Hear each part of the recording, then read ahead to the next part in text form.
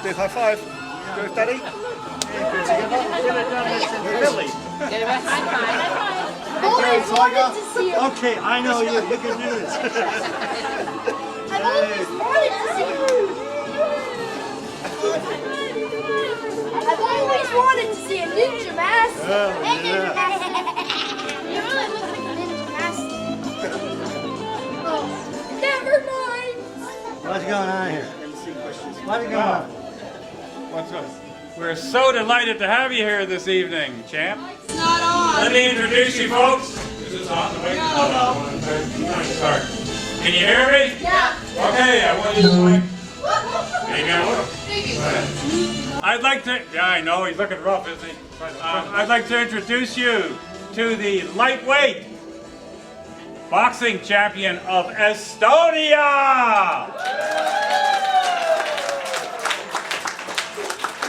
How you feeling, champ? Well, I'm feeling pretty good.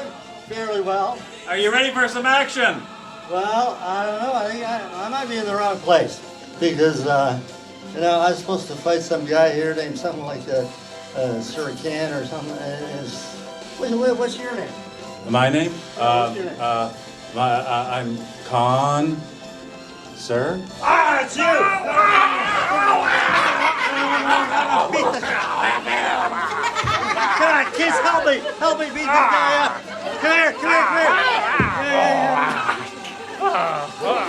I'll get you later. Okay, he's finished. He's finished. I beat him! I beat him!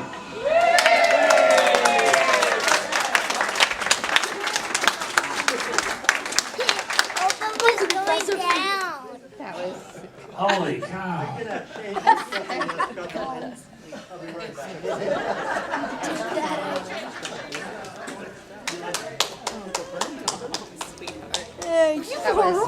was sweet. It was. Yeah, give not your typical start. Gotta give him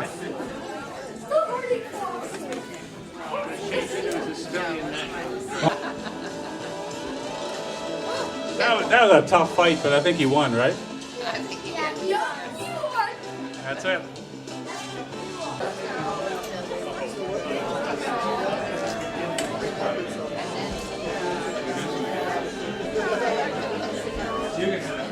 You can sit down if you want, folks. So please sit down.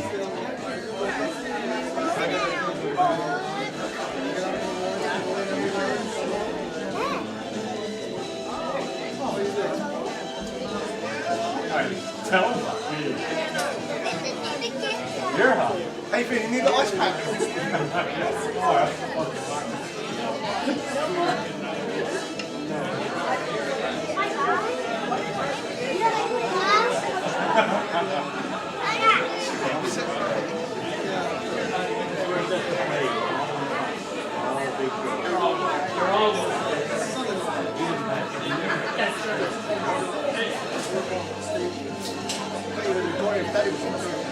They've been right there.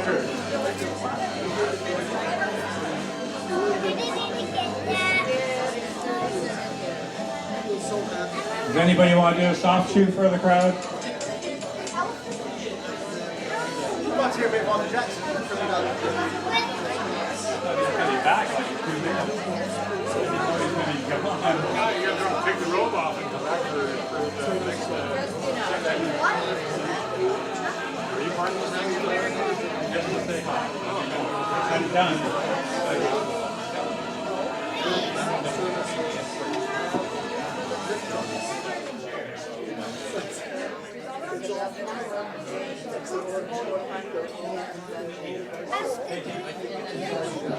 We know that the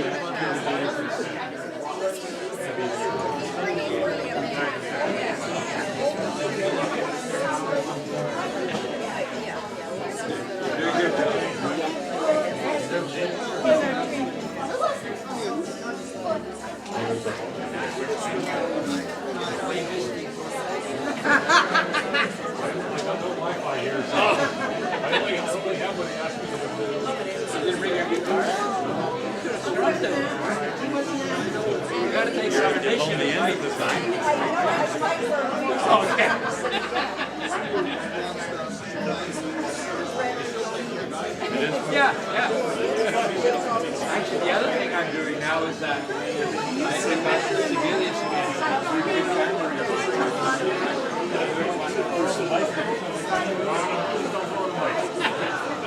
So anyway, that's kind of relative to few mistakes. They're not.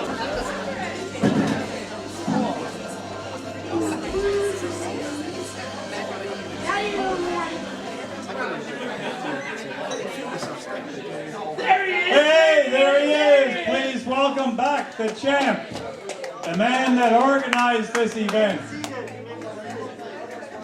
Maybe we should ask him up to say a few words, because I sure would like to sit down.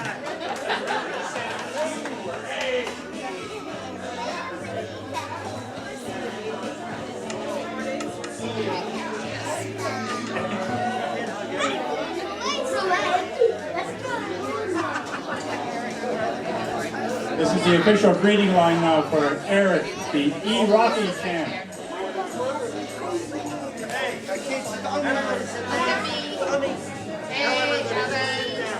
Everybody, would you please sit down? Find a chair, sit on the floor, wherever. That means all you folks standing up, sit down. Crank up the volume. Would you like me to say it again? Please sit down. Oh, now you said please. That's okay. Well, you're not listening. Music down. Can you please sit down? The E-Rocky champ would like to say a word, or two, or five. Go for it. I'll go in the corner. Yeah. Not as dumb as I walk around.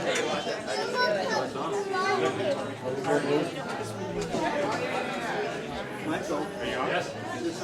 I'll park myself somewhere else away.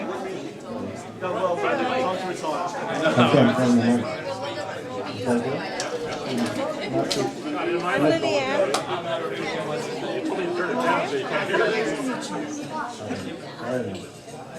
Okay.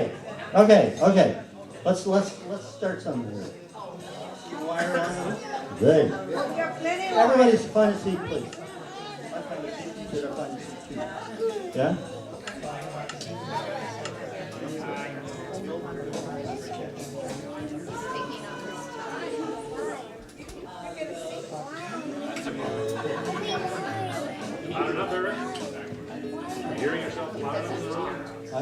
Does anybody hear me?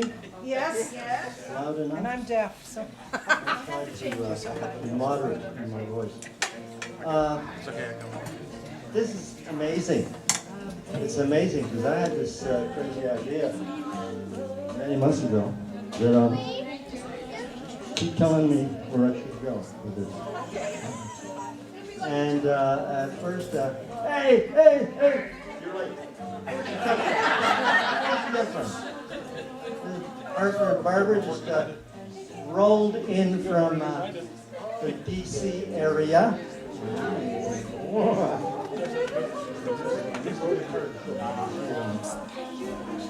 Me? I'm in Toronto. Scarborough. Okay, is that it? Is everybody here now?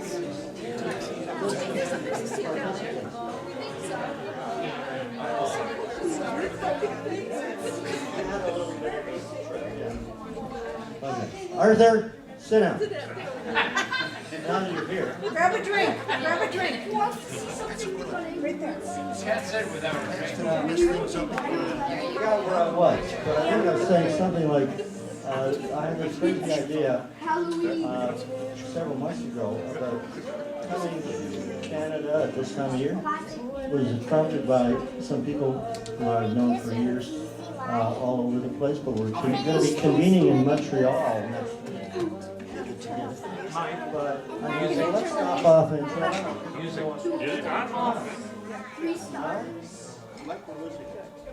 No, we turn the sound down for the music so we can hear you. Yes.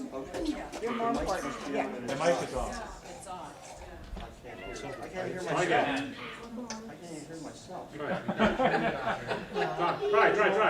No, I'm trying it. Okay. You're playing games with me. You're gonna embarrass me. Embarrass me up here.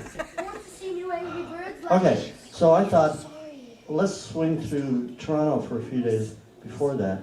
And actually, originally I was supposed to, planning to go visit my brother in West Virginia on the way to Montreal. And he was going to come here and visit with family at this end, and then we got together. But it just got too complicated. So let's go to Toronto and spend a few days there.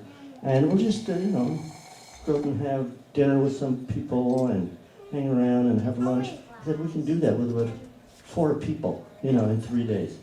So I thought, let's have a party and make them come here. And I can't believe that we got like 49 people agreeing to do this. And here we are. And we got in last night just to make sure we'd be here. And we are. And then, these Iraqi things and the crazy ideas started evolving. But we had to create a little bit of unusual stuff instead of just people hanging around and sipping on glasses, bumping into each other all evening. And this is it. This is an incredible moment. And it's going to be more than a moment because it's going to be here for a couple of hours anyway. You're not going to talk for all 2 hours. I don't know yet. I haven't rehearsed this, so I don't have a clue how long it's going to go. But in keeping with current sort of activities all over the place, I got a little teleprompter here, if that's okay. And I'm going to say that because it's my party, I organized it, I invited people, it was through my masterful marketing writing that everybody bit the bait here and showed up from far away and near away. And someone talks about me. I mean, you guys are here and, many of you know a lot of things about me, but you don't know everything. Thank goodness. Anybody, even Gundy doesn't know everything about me. But she knows probably more than most. So I'm going to start off by telling things about me that begin before I was born. I mean, we've got to cover everything here. Before I was born, my parents lived in the idyllic country of Estonia, which is bordered by Russia, Latvia, across the Baltic Sea from Sweden, across the Gulf of Finland from Finland, yes. And it's this tiny country of 1 million and a bit people.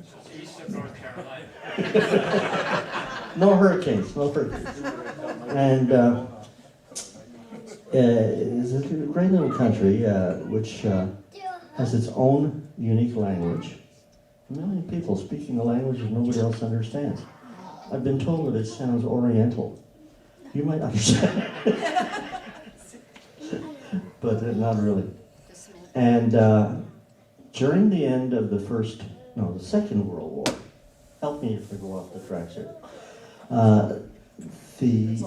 The Russians invaded Estonia from next door. Then the Germans came from God knows where, and it kicked out the Russians and took the place over. Then the Russians came back, and my parents said, enough is enough. We're getting out of here for the time being, because it's just too wild and crazy and dangerous. So they got into a small fishing boat and went across the Baltic Sea to Sweden to a refugee camp. And there I was born, about a month after they got there. So while I didn't actually set foot in Estonia at the time, I was kind of there, okay? And I learned the language from my mother's knee, and I still sort of speak the language whenever I run into Estonian people, which is not often enough these days anyway. And I grew up in Sweden until I was 5 years old. I didn't learn Swedish though, so I didn't go to school there. And now Mike just cut me off again. Mike? No, you just No? It's me. You were just too loud. So what am I, 5 years old now? 5 years Then we come to Canada. We come to Canada because Sweden was too close to Russia still for my parents' liking, and ended up in Montreal, where I spent the next few decades of my life. And Can we met skip some to Toronto? people. No, we're not getting to Toronto yet. I'm only getting to the second page here. I'm going to have to take those glasses. Of how many pages? Anyway, How old are you now? anyway, to get to The heck, lady? to get from Sweden to Canada, I had to be saved because we had no money. Closer. And a lady in Montreal, a rich lady, sponsored me as a Save the Children Fund child. Wow. And got us over there. She's a widow of a executive of a vice president of the Bank of Montreal. And she was very nice. Mrs. Elsie Kieran. And I'll be forever grateful because otherwise I'd be learning Swedish still. I don't want to do that. And then, you know, we got Montreal. We're in Montreal, and we joined the congregation of the Estonian little church that was already organized there by predecessors, refugees, and you know, things like Estonian activities, very tight-knit community because there's so few of us hanging around together. I mean, if you're some big country like Italy, well, I mean, Closer, Mike. everybody's Keep the mic close. what? Keep the mic close, you're drifting and you move it away. We need better technology. Let him drift. I'm doing everything right. Be sensitive to my distance. And in so doing with the Estonian community, there was also an Estonian Boy Scouts deal, which we had a great leader, an Estonian guy, who was a very rabid national patriot of Estonia. And he'd take us, 10-year-old kids through the forest on a single trail, and he'd teach us how to sneak up on the Russians that were walking in front of us and how to strangle the last guy in the row. You get a special badge for that, you know. Scouting Sort of a different idea, but we had a lot of fun. And some of us kind of started to bond very much, and I ended up going to university, sort of a second-rate university, but a lot of the other guys in my range went to a better school called McGill, but I managed to somehow sneak in to some of their activities because I played the trumpet in the church band, which was led by my father, and we played at funerals and dances and other, folk affairs and movies. That's what did background music to a movie. So anyway, then we made our own band without the old guys, and we played at high school hops and stuff like that. And me being the trumpet player, of course, kind of in the foreground as opposed to the drummer in the background. So this is my first sort of taste of fame. What? Oh yeah, I was the only singer. I only sang one song. No, he never sang. Only I sang, and it was the last song, and it was something like the party's over. It was appropriate. I forget the words. I don't know the words to any song. I can't even get through Happy Birthday very well. But, so I gotta improvise. So anyway, we're in the university, different places, and our parents, what? How old are you now? I don't answer that question. 6. Oh God, please. How old am I then? Not now. No, at this point in your story. I would say about, what, 16? No. Maybe 16, 17, 18. Well, I was younger than all the other guys, so I was 16. It's over 20%. Is this a trick to keep us away from the bar? And that involved, this getting together involved creating sort of a clique, phony fraternity deal of 9 Estonian guys. And we call ourselves Saunaka, which comes from the word sauna? What do they call it here? Sauna? Sauna. But we call it a sound. In Estonian it's sound. Okay. Saunica, I won't tell you why, because we first all got together drunk in a sauna. Okay. When we were like 14. And we started adopting very traditional sort of fraternal customs and things. And one of the things we had to do was to create a song that represented us to the world and to ourselves. And the song was written by this man here, Heikki, at the end of the table. But the music was not written by you. The music came from the Russian KGB Red Army marching chorus, or whatever the hell it was. And our parents weren't too happy with the sound of that. It had a sort of zip to it. So, hey, let's do it. We got Jak, we got Andres, and we got Heikki. Up here, do it. On koos, kas Molsonit või Pilsnerit, me joome üheskoos. Me vajame vaid silmapilku, kui täis pudel õlut meil ees, see kurku meil voolab nii kähku. Enne joodik on meil iga mees ja kõikide neiude silmis vanast naistest, kes uskuda võib, tuleb üks purjus joodik, üks saunaga joodik, üks saunaga purjus mees.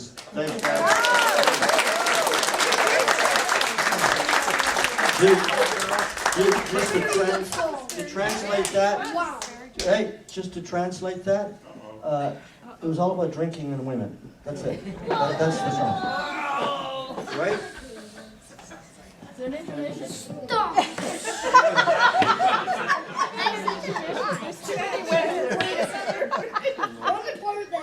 You know, I discovered the other day there was going blind in this eye.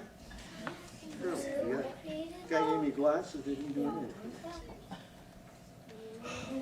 Okay, and just a quick. The answer is no.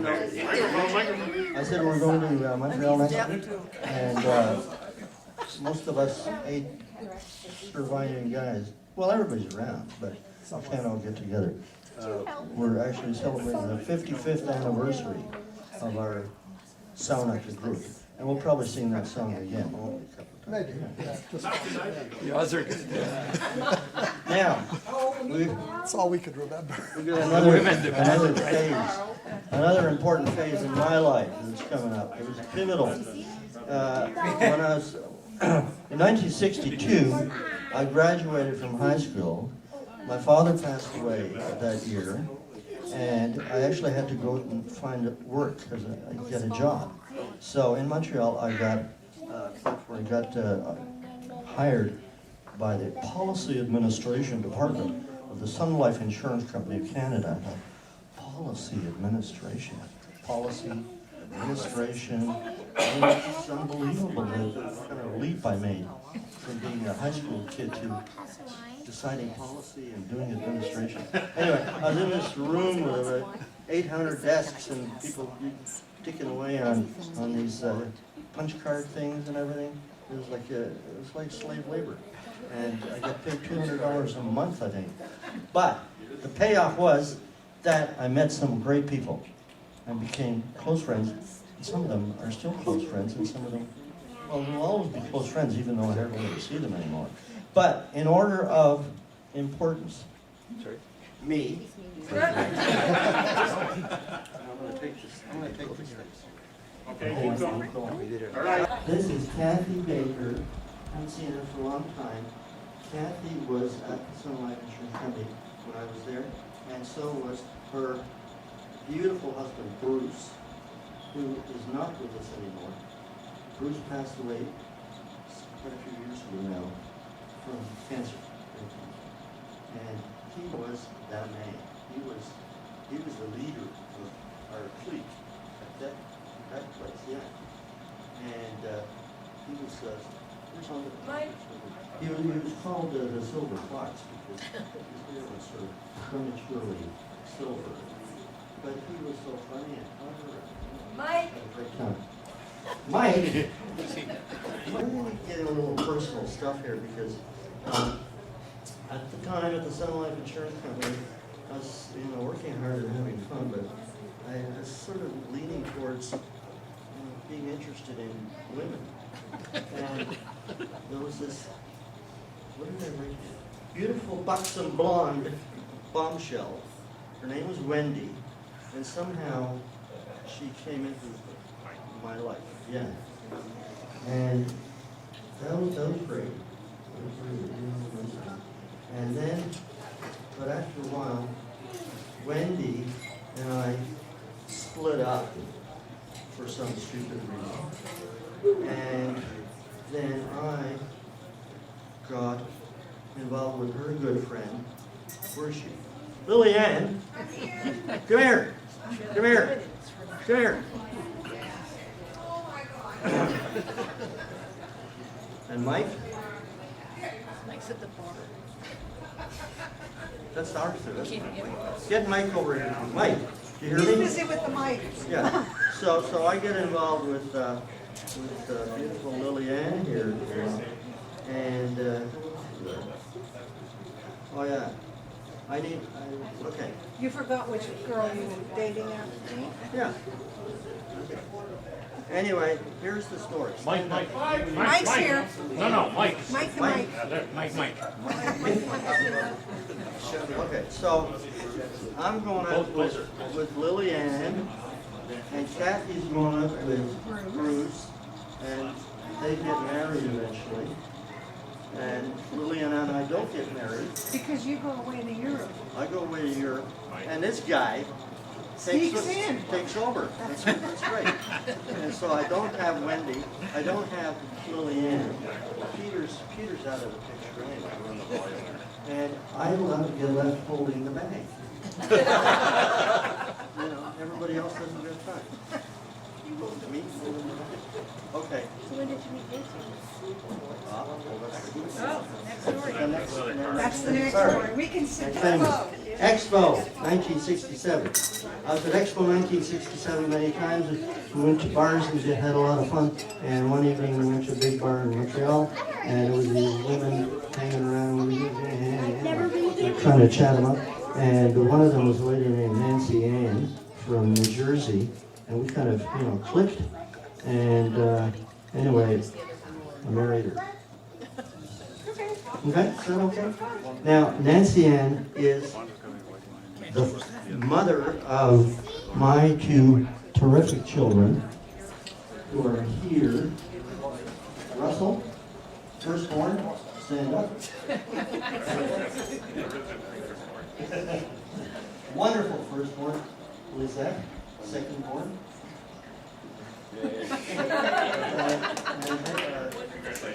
An exciting life between their families and what they do, and feel very good about how Russell and Lizette are in their lives right now, and are together in so many ways. Now, Casey. Russell was born in 1969, Lizette in 1972, and by then, I took him on a wireless mic. You soon will have one.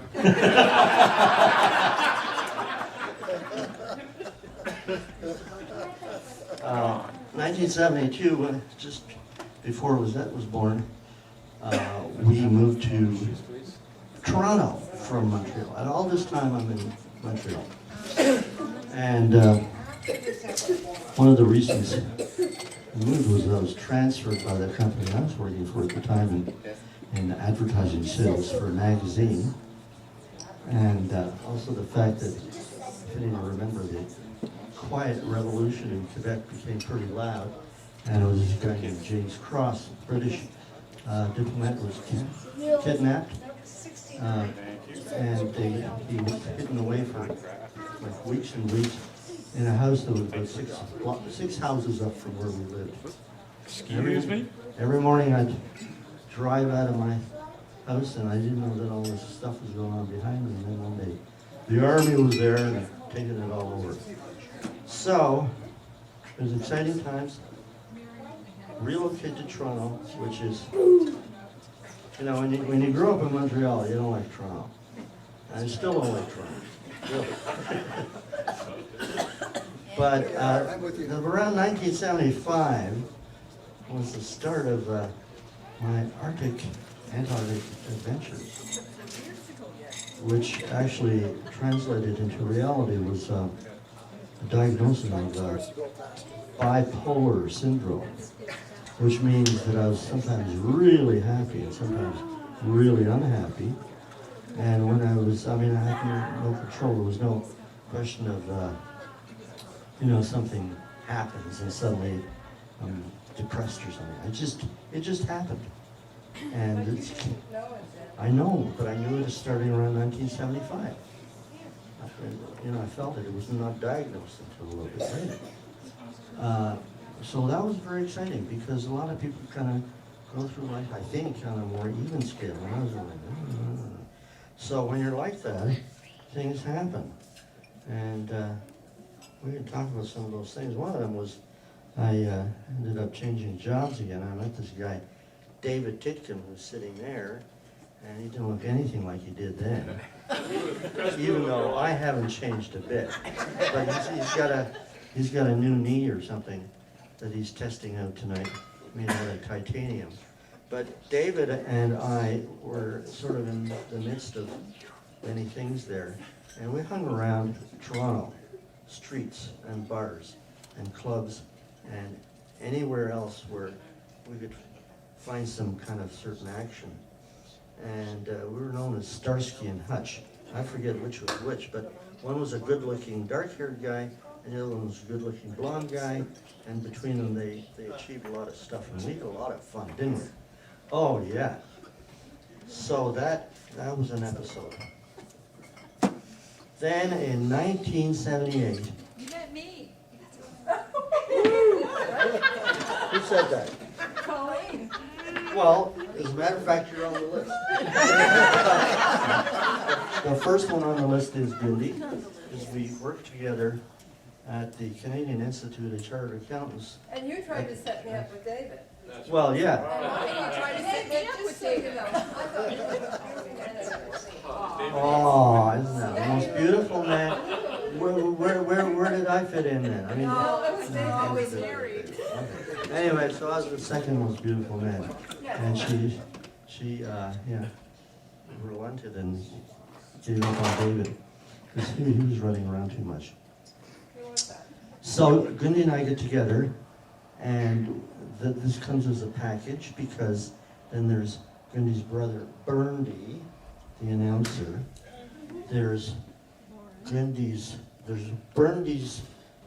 wife Wanda. She just wandered off. She just had enough. She's shy. She didn't want to be introduced. Oh, shucks. And then there's Bernie's daughter Corey, who had to beg off at the last minute for some no good reason.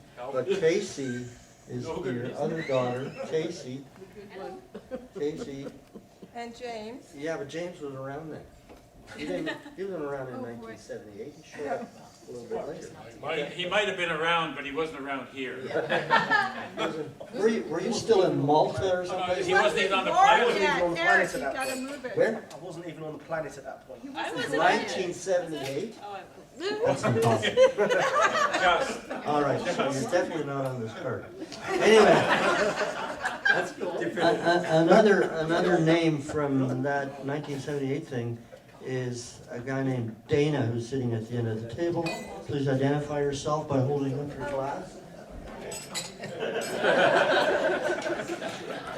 Dana was the lawyer at the Canadian Institute of Chartered Accountants.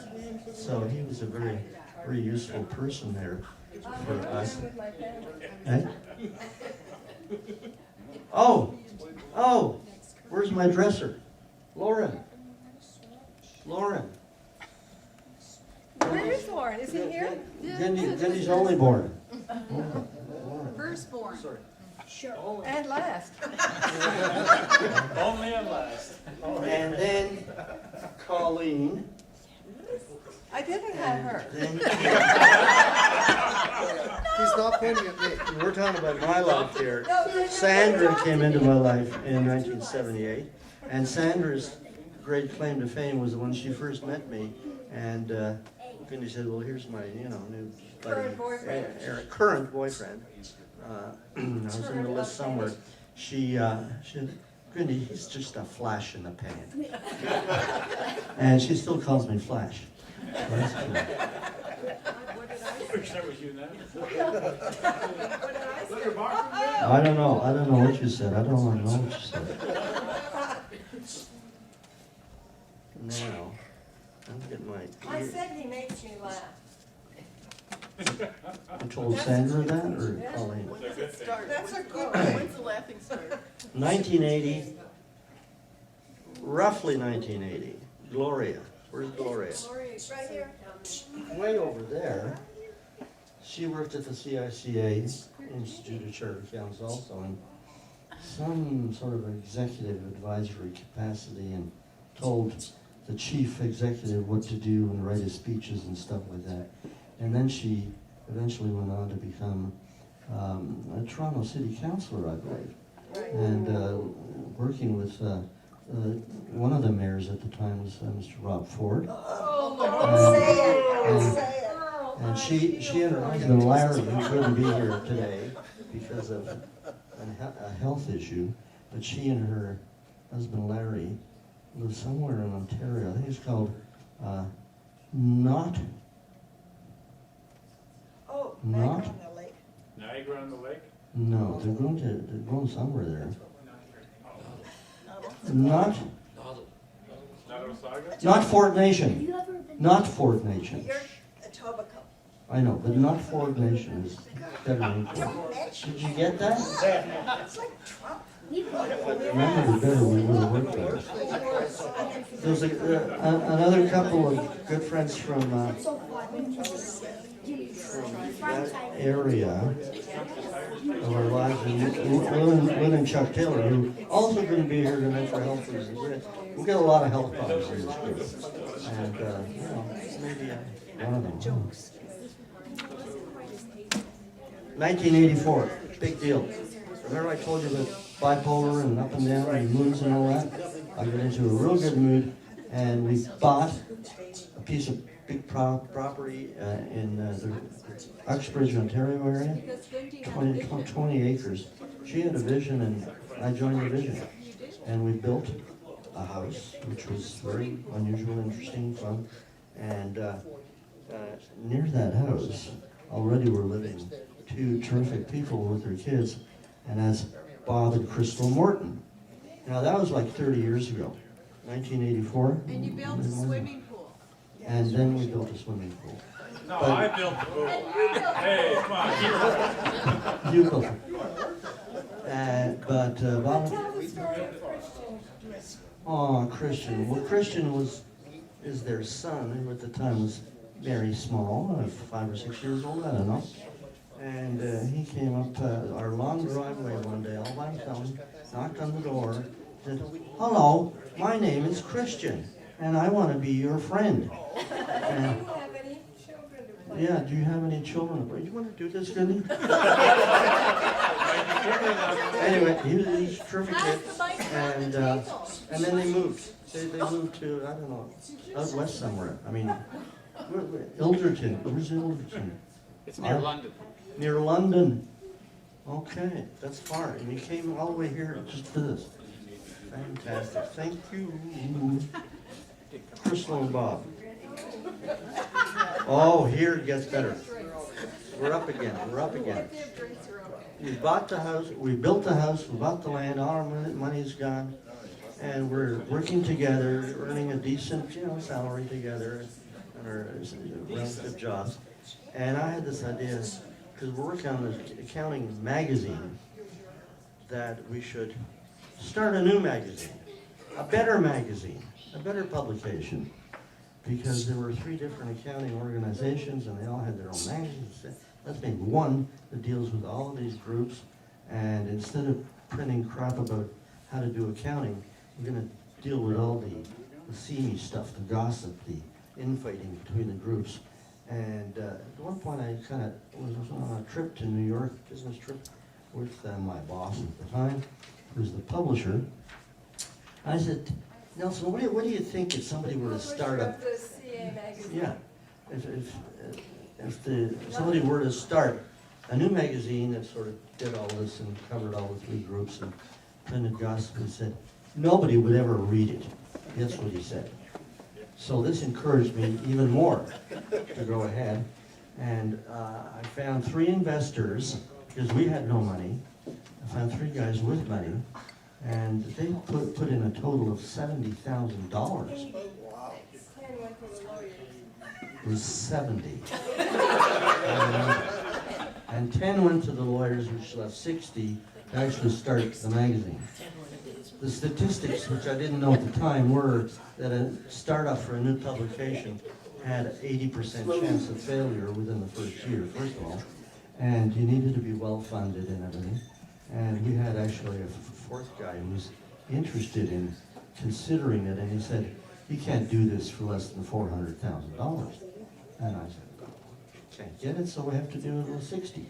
So we did it, and at that time, to get this little publication going, we had to hire some people. Linda, can you get out of the corner? Please. I lost weight, but I can doing this. This is Linda Bellio. She's not our first employee, but she certainly was a very important employee. Helen Lopez. She was maybe one of our first employees. But she also was with CA magazine. I was also with CA magazine. And Cindy Chung, the mic, Cindy. These 3 ladies and just a couple of other people who worked with us faced the crowd. They want to see that helped in the course of 4 years to make this publication. I don't think I've ever told you this. Publication was sold to a British company in 1989, which is 4 years after we started it, for over $2 million. Now, I started it, blah, blah, blah, but the money guys always get the money. So, Cindy and I got a little piece of the action. They ran off with the money. And he said, well, this is great. Because, I didn't want to work anyway. And I never wanted to. So we quit that thing. And the guys the buyers made me sign a non-compete agreement that I couldn't be in the publishing industry for at least 3 years. And it turned out to be 40. That's fine. I'll sign anything. Just give me the money. So I hung around for 3 years, and I realized I'm never going to get back. Because anyway, forgot things, lost contacts, nothing was going to work. So I retired. That was it. And But you didn't retire us. I, You didn't retire us. no, I didn't retire right away. You're right. No, Retired them. Oh no. You never retired us. Okay, somebody else did. When you retired yourself. but they're our friends. They are our friends.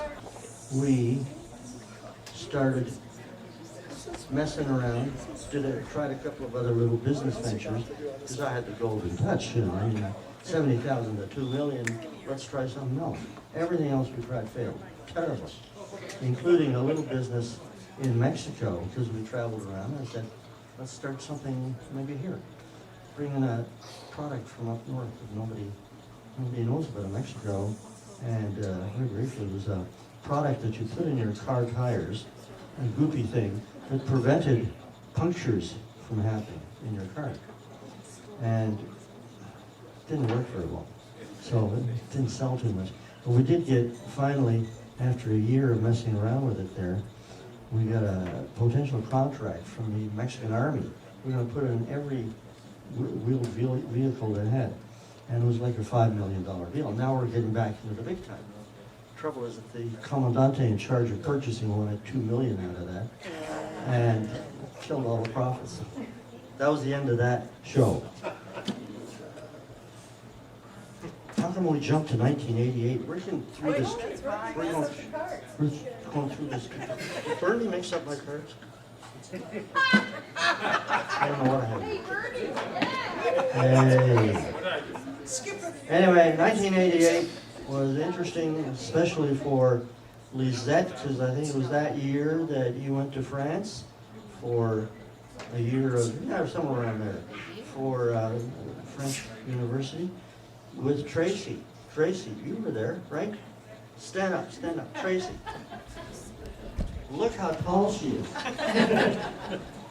And the wonderful thing would be bumped into Tracy every now and then, and including last year when Lisette, Cindy, me, and Tracy went to Estonia.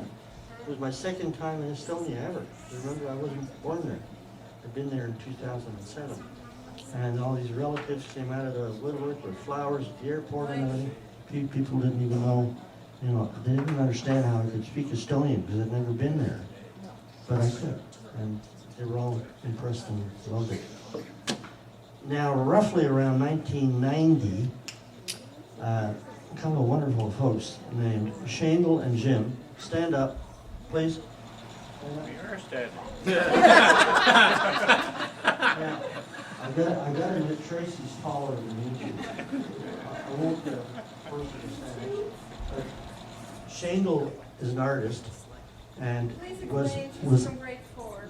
from grade 4 from you, but only from 1990 or so for me. So that's what I'm talking about. We're talking about me. Not you. Okay. And there was an art show somewhere, and somehow we found out about it. We were invited to it, and there's Shandel showing off her wonderful art. And of course, Jim was hanging around too. So they came into our lives on a regular basis after that because we just clicked, you know, and had a great time together. And they've been very close ever since. Well, nobody's been really close because we're living in Mexico now, but have kept in touch. And we're getting towards the end here. I don't like to hear that phrase, actually.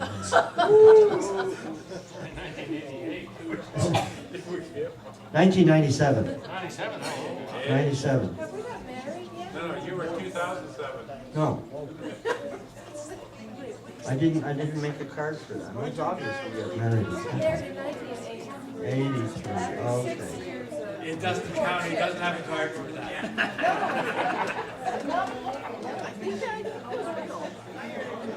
So we're married for like 15 years already. And then we decided to run away from home and move to Mexico because we couldn't afford to live in Canada anymore. I got no job. I got no talent. She's a freelance writer at that point. And our house was costing us an extra, like, how much a month? $5,000? $10,000 a month? I don't know. And it was impossible. So at first she said, oh, we can't leave here, the kids are here, you know, all that stuff. I said, yeah, we can't afford to live here. And we know that Mexico is inexpensive and nice and everything. And we checked out this town at San Miguel de Allende again and found that we were in love with it. It's like you get infatuated with the place. And we did move there, and it was her idea after I kept pushing it, you know, subtly for many months. Eric, maybe we should move to Mexico. Hey, what an idea. Now, moving along even further, faster. 2000, the year 2000, the new century, or whatever it is, millennium, we bought a property in Tlaxcala, Mexico, a cornfield, just outside the town, where all the Tlaxcalans who helped Cortez conquer Moctezuma. I mean, it was a great place too, and they have bullfights and all kinds of Mexican things there. And again, I was in one of my better stages, and after having bought the land, I said, well, you know, we should build something there. And we took a little big tour, driving tour of southern Mexico, Yucatan, Quintana Roo, where all the archaeological sites are. And I was very inspired by that, and I wanted, you know, everybody's got Mexican-style houses in Mexico. But they're not Mexican. They're Spanish-style houses because they got all the red tiles and all this stucco and stuff. I wanted a Mexican house, so it had to be pre-Hispanic. So I designed this house to look like a Mayan temple or palace or something. And I made it out of, I made a cardboard model of it, and it sort of, you know, worked in theory. I showed it to a builder in Tlaxcala, in Mexico, and said, could you know, is it possible to build this thing? And yeah, I think so. So I said, well, how much? So he goes off and does some calculations on the back of a piece of paper, and he comes back and he says something like, but the equivalent was of about $50,000. I said, let's do it. But then it said, that's only the labor. You have to buy the materials. How much is that? Well, I'll be able to put in almost another $50,000. Eric, you got the number on Pretty close enough. I'm exaggerating to make a point. The point is, it's cheaper than a Toronto house, okay? And they took 10 months to build it, and the damn thing is still standing, and it looks like a Mayan temple palace. And I love it. And so we're living in our own sort of work, my work of art, mine. I created it.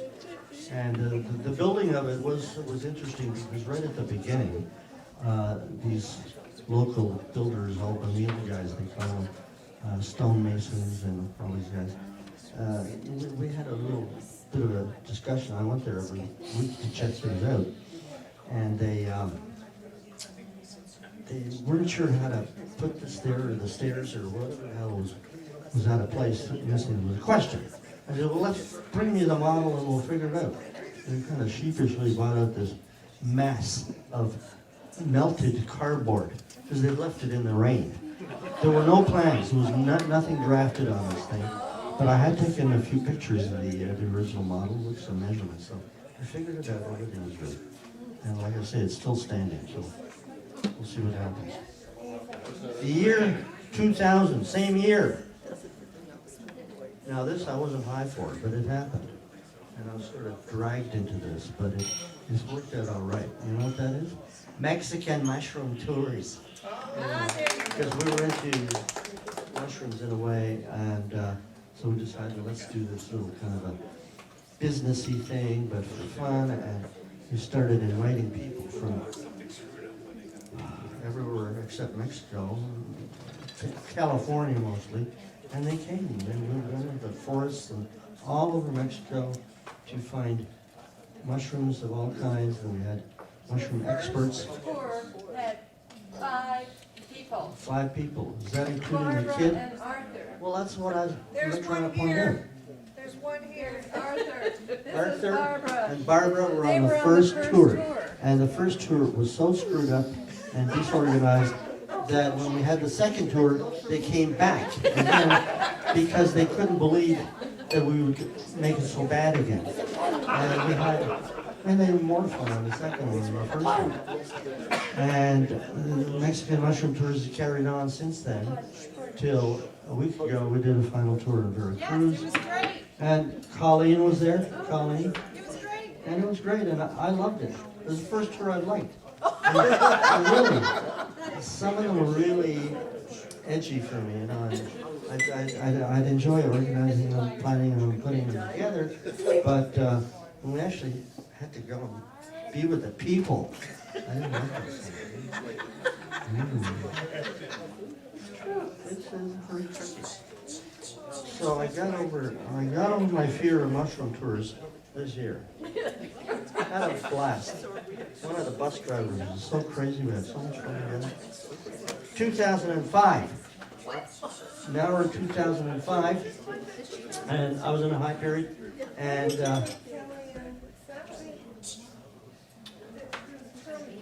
Do we know him? I think it was in the wait a minute, Bernie, he took my card. You took Kelly and Sally's card. No, I was gonna shuffle them just so you'd have confusion, but I didn't. Okay, let's go back, because this is important. No. We're talking like 1975 or something like that. Somewhere around there. So Kelly is living in New York City. Where are you from originally? What? Where are you from originally? New York. New York? New York, New York. Hardly anybody comes from New York. It's a wonderful town. Anyway, so Kelly's an aspiring thespian actor. I was not aspiring. Okay, you were I successful. was a working actor. Were you in the guild? Were you respiring? What? Were you in the guild or whatever, the union or whatever? Yeah. Something? Yeah. I was in One Flew Over the Cuckoo's Nest. I know that. Oh, yeah? Billy Bibbit, for sure. And you were on the stage with Bill Devane at one point. Andy Anyway, William Alan Devane, Bates. yeah. Andy. Colin Taylor. Anyway, so A star. No, hardly. I was an offstage noise. anyway, at that time, Kelly was kind of a man about town in a way. I mean, like, there's Kelly Monahan. I know him. He's my friend, sort of. And you know, sometimes I'd go to town on business to New York. And one time I remember I was on a bus, which I hardly ever do. You get off the bus and there's Kelly walking on the street. I mean, how can this happen in a city of 8 million people? Happens all the time. Yeah. Anyway, we had good get-togethers and good times, and he was your previous Helen was a friend of Nancy Ann's from way back. They were roommates even. That's right. Yeah.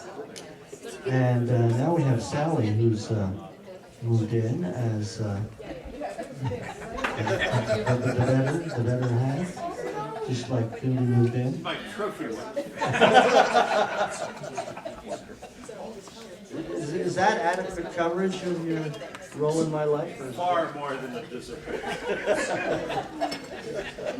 So now we can jump to 2005? 2016. Soon. 2005, I had this crazy idea that it was going to be my birthday at the end of January. And I was going to be like, what, 65? 60. I said, I want to have a party. And then I thought, well, I don't know anybody here in Mexico to have a party with. So I started badgering people by email to come to my party from Canada, United States, whatever. I didn't say my friends. There were no. There were other. If you don't stop interrupting me, we're gonna have a serious discussion there. Anyway, that first year, I counted about like 17 people finally succumbed and came for a week. That's how many you counted. How many were there? I counted you 3 times. And we had a blast for a week going all over the place, including to Veracruz, the tropics of Veracruz. Where Gary and I just came back from. I know, it was freezing and sleet and rain, and it was terrible. But then we came back to, and we've had Mexfest. I call it the Mexfest. We had a Mexfest 5 years later. It seems to go in 5-year cycles. And in Oaxaca. No, they came. And the last one was in 2015, because it's 5 years, right? In, where was that? Chiapas, this mysterious, wonderful, tropical state of Chiapas. And, you know, people came back from there the previous year, but we had a nice color rotation. And that was a great time. So, that was in February, and I started to put together one of these photo books with pictures. I asked everybody for pictures and drop boxes and stuff. And I had this thing ready, 90%, when something happened, and seriously, it all disappeared off my computer, and I got to chase the guys at the photo book company, we can't do anything because it's on some cloud server in some other place in China or something, and they couldn't recover it. So you don't have a photo book yet, but I'm working on it. What year is this? 2015, just the last next fest. We did that. You did what? You made a photo book? Okay. So back to the center stage here, folks. I think I'm almost done, which is one way of describing where I am these days. Yeah. We're almost done. Anyway, I'm not sure where the film ran out, but let's say that 1978. in 2015, I got diagnosed just before the planned trip to Estonia with Lizette and Tracy and Brittany. And the doctor said, we gotta do something right away because this is gonna be a big problem. And he didn't say that, well, you got this tumor on your colon, which, you know, has been there for a while. I said, well, how long do you think it's been there? And he said, well, it could be 10 or 15 years. I said, what the hell is the next couple of months going to do? You know, big deal. So I said, no operation until I come back to Estonia. Lizette is planning to come and visit with granddaughters, Ruthie and Katie, in Mexico at the end of August. And we wanted to do that. We had a tour in there somewhere. Oh. And no wonder I felt sick after all of that. But, you know, it was terrific that we were able to do these things. And then on August the 29th, I went into the hospital and they chopped it up, and the rest is history, because most of y'all know what happened. Because I was dragging out this story, trying to remain positive and cheerful and all the rest of it. But it wasn't hard to do. And the weird thing is that, well, it's not weird, but again, for the last time, these ups and downs in my moods ended around 2007 when I found a shrink in Mexico, and we worked together in Spanish only, and that helped my Spanish too. And he gave me some good meds, and felt pretty good ever since. And all of this stuff, which could have, oh my God, I had cancer. Didn't crash me at all. So I'm still hanging in, even though I keep getting news that is dubious. But I get these little chemo treatments now every couple of weeks, and we'll see what happens. As long as they don't lose my hair. That's the criteria. Anything else, it's fine. Anyway, that's the story of my life up until today, which is one of the best, most incredible days of my life. And thank you all for being here, coming from far away, near away, from the far past, from the near future, and this is an amazing moment. Give her the mic. But you're there all Give the her the time. mic. Goody, take the mic. She is the best editor. I think we now need to hear the edited version of this. She's the backbone and the breadwinner and the beauty of my life. Thank you. Trudy.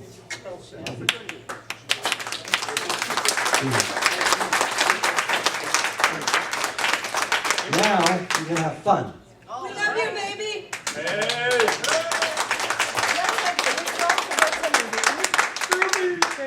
We love you, baby. When do you bring out your trumpet? Got it. And you thought, oh, it doesn't work anymore. You thought that was it. Now it's my turn. Yeah, tell us about your life, Bertie. My life. Before you were born. Before I was born, I was with wee little sprout. The Brussels sprouts. Well, that was great. I knew the outline of the story, but it was nice to get The only one who didn't need it. That's my life.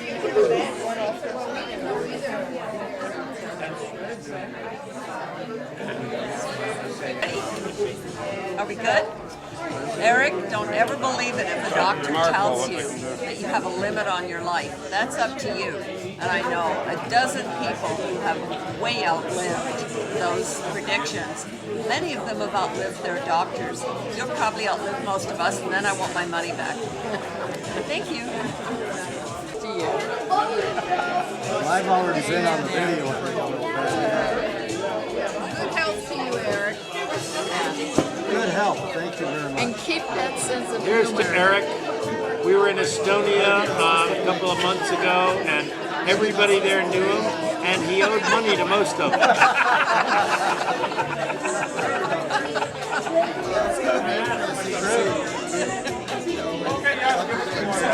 Hi, I think we're going to introduce the table. I'm calling Kelly. These are the friends Andres from Sohm and Mary from Buffalo, Love you, Eric. and American Estonians. and there's way too much. And there's way too much in Eric's presentation. Anyone can correct. We're not sure. I don't have my name tag. I'm Annie. And you are? Yeah, I already said. Okay, there we are. That's it. But he already knew that. Oh, I know. Everybody knows. You know I knew it. Well, you had that sage look about you. So that's all we needed to say. Okay. He's very nice. He really is. Opa is very nice. He's very nice. And I really hope that he gets better. I really do. Yeah. Talk louder. He's a nice guy. He's always nice to everyone. Hi Eric, hi Grindy. I just wanted to say I love you both very, very much. So glad to be here. When you're giving your remarks, Eric, I thought of, well, so many things. But I just want you to know you were literally the first grown-up that I ever spoke to on a first-name basis. Coming right out of school, I still remember the thrill of calling you Eric instead of Mr. So thank you for that. It helped my business career. And also, I wanted to say, for somebody who says he doesn't like people and he's always mumbling and grumbling about the tours and too many people, I've never known anyone who has loved so many people and who is loved by so many people. And Mr. Gray, sir, Eric, you're not willing to let you go anytime soon. So keep fighting that goddamn cancer, bastard, the shit out of him. Behind you 100%. And everything that you need and everything, any area of the guy. I love you to death. Fighting the shit out of them. I didn't like Grindy interjection so much. Why? Because she always threw me off. She corrected me.